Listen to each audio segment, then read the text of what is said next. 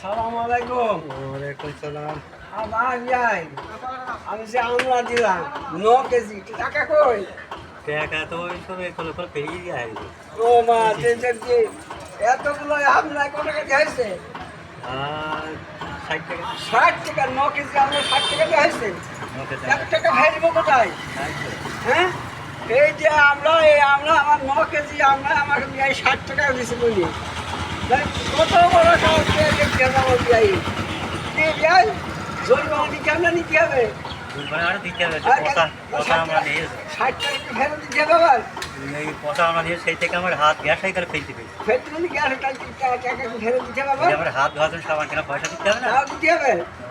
এই সর্বনাশ এই আমু গেল শালাও গেল মাঝখান থেকে চোষা করে আমরা এখন সেই আমরাই তো সুইচ হয়েছি তাহলে আমাকে হ্যাঁ ধন্যবাদ।